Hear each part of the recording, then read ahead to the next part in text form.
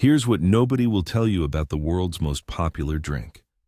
What if I told you that at the heart of this empire lies a secret the company has tried to conceal for decades?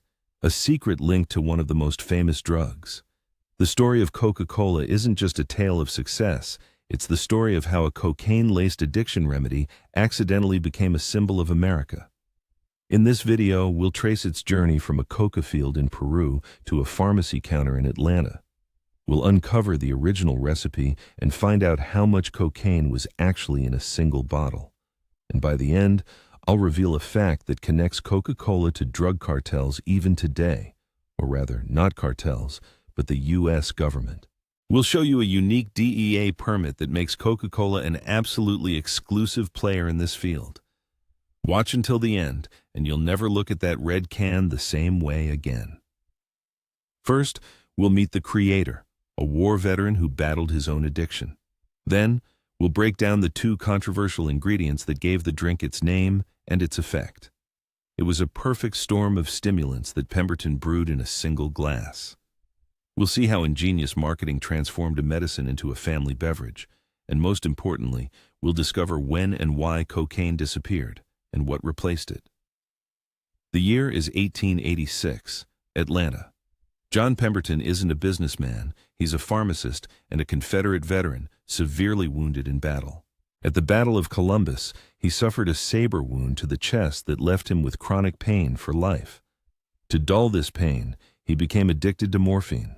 Desperate and a brilliant chemist, Pemberton decided to create a remedy that would cure him of his own addiction. He sought a safe stimulant that could replace opiates. He got the idea from Europeans. At the time, Vin Mariani, a Bordeaux wine infused with coca leaves, was incredibly popular. Everyone from Jules Verne to Pope Leo XIII endorsed it. The Pope was such a fan that he awarded the wine's creator, Angelo Mariani, a Vatican gold medal and carried a flask to fortify his spirit. Pemberton created his own version, Pemberton's French wine Coca. The drink became a hit in Atlanta. It was almost perfect. But then politics intervened. In 1886, Atlanta introduced prohibition. The alcoholic base of his remedy became illegal. He urgently needed to find a substitute. He spent hours toiling in his lab, mixing coca leaf extract with syrup and carbonated water. He was trying to recreate his tonic, but accidentally created something entirely new. It's like someone trying to invent a brighter kerosene lamp and instead accidentally discovering electricity. Thus, due to the alcohol ban, Coca-Cola was born. Pause for a second. Imagine, your biggest problem or pain becomes the source of your greatest invention. Pemberton wanted to cure himself and instead created a global brand. Is it irony? Or is it a pattern that great things are born from desperation? He never overcame his addiction and died in poverty, unaware of what his creation would become. But what exactly was in that syrup? Everyone talks about cocaine, but they forget about the second equally important ingredient that gave the drink the second half of its name. Coca leaves. For thousands of years, indigenous peoples in the Andes chewed them to combat fatigue and hunger at high altitudes. It was their natural stimulant. But in the 19th century, everything changed. German chemist Albert Niemann isolated a pure alkaloid from them, cocaine. For medicine at the time, it was a revelation. Doctors were thrilled, an ideal local anesthetic and the best remedy for depression. It could be bought as easily as aspirin is today. For example, the famous Sears department store sold do-it-yourself injection kits by mail containing cocaine, a syringe, and a needle for just $1.50. Pemberton used a liquid extract of these leaves, not powder. So yes, every serving of Coca-Cola contained real, pure cocaine. But cocaine is only half the equation. The second part of the name, kola, comes from the kola nut, native to the tropical forests of Africa. Local inhabitants chewed it for centuries as a stimulant, much like South Americans chewed coca leaves. This nut is one of the most potent natural sources of caffeine in the world. It's estimated that a single serving of early Coke contained as much caffeine as a modern can of Red Bull. Pemberton, unknowingly, combined two of the strongest legal psychostimulants known to man at the time. This combination created the magic. They didn't just add up, they multiplied each other. Cocaine provided a rapid, almost instantaneous euphoria and energy boost. Caffeine, in turn, prevented this effect from fading, prolonging it and smoothing out the come-down. Here's a space analogy. Cocaine was the rocket booster that flooded your brain with dopamine, the pleasure hormone, a sharp start, liftoff. And caffeine was the life support system in orbit, preventing that euphoria from burning out too quickly. The result was an ideal cocktail that hit the bullseye, relieving fatigue, headaches, and nervous tension. It was the 19th century energy drink, only many times more potent than anything you've ever tried. And now the main question, how much? Exactly how much of the drug was in a glass? According to the most accurate historical estimates, each serving of Coca-Cola contained about 9 milligrams of cocaine. To give you context, a modern street line is typically between 50 and 75 milligrams. So, to get the effect of one full dose, you'd need to drink 6 or 8 glasses consecutively. That might not sound like much, but let's look at the bigger picture. By 1900, Americans were drinking about 200,000 servings of Coke per day. Multiply that by 9 milligrams and you get 8 kilograms of pure cocaine consumed daily through this single beverage alone. That was more than enough to feel the effect and want more. So what do we have? A powerful, addictive psychostimulant legally sold in every pharmacy for 5 cents. A fatigue remedy consumed by everyone from clerks to housewives. How on earth did this pharmacy cocktail transform into the quintessential family drink given to children at Christmas? The responsibility for this transformation lies with one man.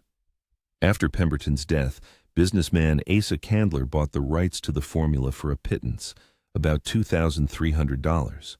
To put that in perspective, $2,300 in 1888 is roughly $70,000 today.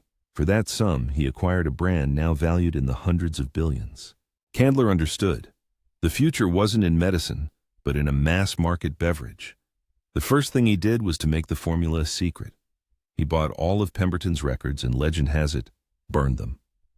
From that moment on, the Coca-Cola recipe became commercial secret number 1. Candler completely overhauled the advertising strategy. Any mention of medicinal benefits disappeared from ads.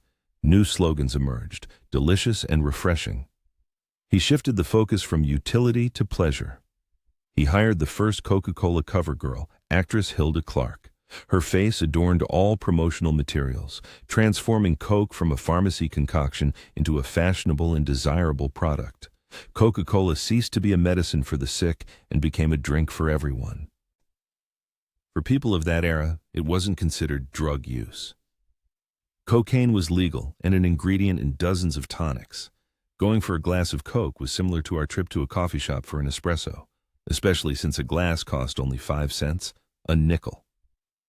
This price remained unchanged for almost 70 years, making Coke an accessible daily ritual for millions. It was a social ritual, a way to perk up. No one saw anything wrong with it. Then, Candler came up with a brilliant move, coupons for a free serving. He distributed them by the thousands. How widespread was this? By 1913, it's estimated that 1 in 10 Americans had tried Coca-Cola for free thanks to these coupons. People came, tried it, felt the effect, and returned for more. He was also the first to create branded merchandise, calendars, clocks, tableware. The Coca-Cola logo was everywhere. He wasn't just selling a drink, he was creating a cult. The business grew, and Coca-Cola swept across the country. But panic was brewing in society. Newspapers began writing about a new threat. Negroes on cocaine, who allegedly lost control and attacked white people. In 1914, even the New York Times published an article claiming that cocaine made African Americans impervious to bullets of certain calibers. This was a racist hysteria. Public opinion shifted dramatically, and dark clouds gathered over Coca-Cola's main ingredient. At the turn of the century, attitudes towards cocaine changed drastically.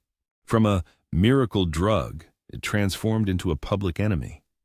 The press, fueled by racial prejudice, created the image of the cocaine madman. Historians call this a moral panic. In essence, it was the first war on drugs in the U.S., long before Nixon. and Coca-Cola, as the most famous product containing cocaine, became the primary target for critics. In 1906, the U.S. government struck with the Pure Food and Drug Act. The chief prosecutor in this matter was Dr. Harvey Wiley, chief chemist for the Department of Agriculture. For decades, he had battled manufacturers of dangerous products, a true crusader for food safety. The act required manufacturers to list alcohol, opiates, and cocaine content on their labels. For Candler, this was a disaster. Admitting to cocaine's presence would destroy the family drink image. Candler realized he had to act preemptively. Even before the law took effect, roughly between 1903 and 1905, he secretly ordered chemists to change the formula. This was a corporate rebranding at a molecular level. Imagine a vape manufacturer today secretly removing nicotine but keeping all the flavorings to retain customers and avoid a ban. The task was incredibly complex. Remove the psychoactive alkaloid but preserve the unique taste provided by the coca leaves. The great cleansing of the recipe had begun. How true is this? 100%. The Coca-Cola company itself indirectly acknowledges it. They state that modern Coca-Cola contains no cocaine, but cleverly avoid direct answers about the original recipe. The main evidence comes from the 1911 court case, United States vs. 40 barrels and 20 kegs of Coca-Cola. The government attempted to ban the drink due to its caffeine content. However, during the trial, government chemists themselves confirmed that by then, only minute traces of cocaine remained in the beverage. This proves the company altered the recipe long before the trial. Historical documents and analysis of advertising from that era leave no doubt. Cocaine was present and it was removed under pressure. A solution was found. The company began using spent coca leaves, those from which the cocaine alkaloid had already been extracted. In the industry, these are called decocainized leaves, providing that same extract. It didn't produce a psychoactive effect but retained part of the aromatic profile. The caffeine from the kola nuts, of course, remained, continuing to uphold the image of an invigorating drink. The story could have ended there. Cocaine was removed over a century ago. But what if I told you that Coca-Cola is still the only company in the U.S. legally permitted to import coca leaves? Meet Stepan Company. It's a chemical corporation based in New Jersey, and it holds a unique permit from the U.S. Drug Enforcement Administration, DEA, the only one of its kind. It is the sole legal importer of coca leaves into the country. Annually, over 100 metric tons of raw material from Peru and Bolivia legally arrive at their plant in Maywood. This would be enough to produce hundreds of millions of dollars worth of cocaine on the black market. At this plant, pure cocaine alkaloid is extracted from the leaves. Imagine it like a sawmill. The coca leaf is the log. Stepan Company saws it. The lumber itself, pure cocaine, goes for medical purposes. And the sawdust, the aromatic extract without the drug, goes directly into Coca-Cola. This cocaine is then sold to the only authorized buyer, pharmaceutical company Mallinckrodt, which uses it as a local anesthetic in ophthalmology and dentistry. This is a completely legal government-controlled drug trade. And what happens to the purified leaves? They are used to make that harmless aromatic extract. Within the Coca-Cola company, it's known by the code name Merchandise Number 5. This is just one component of the legendary Secret 7X formula. So, even today, at the core of the world's most guarded recipe lies a product derived from those very coca leaves. This extract gives the drink that barely perceptible tart note that's impossible to reproduce synthetically. Yes, the ghost of cocaine still lives in every bottle. This is not a conspiracy theory. The fact of coca leaf import and processing for Coca-Cola is confirmed by numerous journalistic investigations and official DEA documents. In particular, it's detailed in historian Mark Pendergast's authoritative book, For God, Country, and Coca-Cola. The company simply doesn't publicize this part of its production process. It's ironic that a business built on a remedy for addiction is still directly linked to the raw material for cocaine production. The company that spent 100 years trying to escape its cocaine past still keeps it locked away in its secret recipe. So, we've covered the entire journey. From a remedy for a morphine-addicted veteran to a global corporation working with coca leaves under the supervision of government agencies. From a pharmacy tonic to a symbol of capitalism. What should you remember from all this? Let's summarize and answer the main question. Let's recap. First, yes, original Coca-Cola contained cocaine. It was a legal medicinal ingredient. Second, it was removed in the early 20th century due to public pressure and new laws, not voluntarily. Third, modern Coca-Cola does not contain cocaine, but uses an extract from purified coca leaves for flavor. Fourth, this connection to coca leaves persists today through the sole legal importer in the U.S. So the next time someone says Coke used to have cocaine, you'll know the full story. It wasn't just present, but it was the foundation, the reason for its creation, and the driver of its initial success. And its ghost in the form of an aroma remains there forever. Now, for the main question for you. What is this story more than anything else? Is it a tale of a brilliant invention born out of desperation that accidentally became a hit?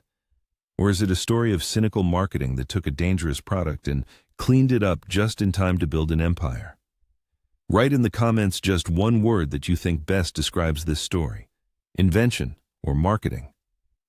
I'm very curious to see which will be more prevalent.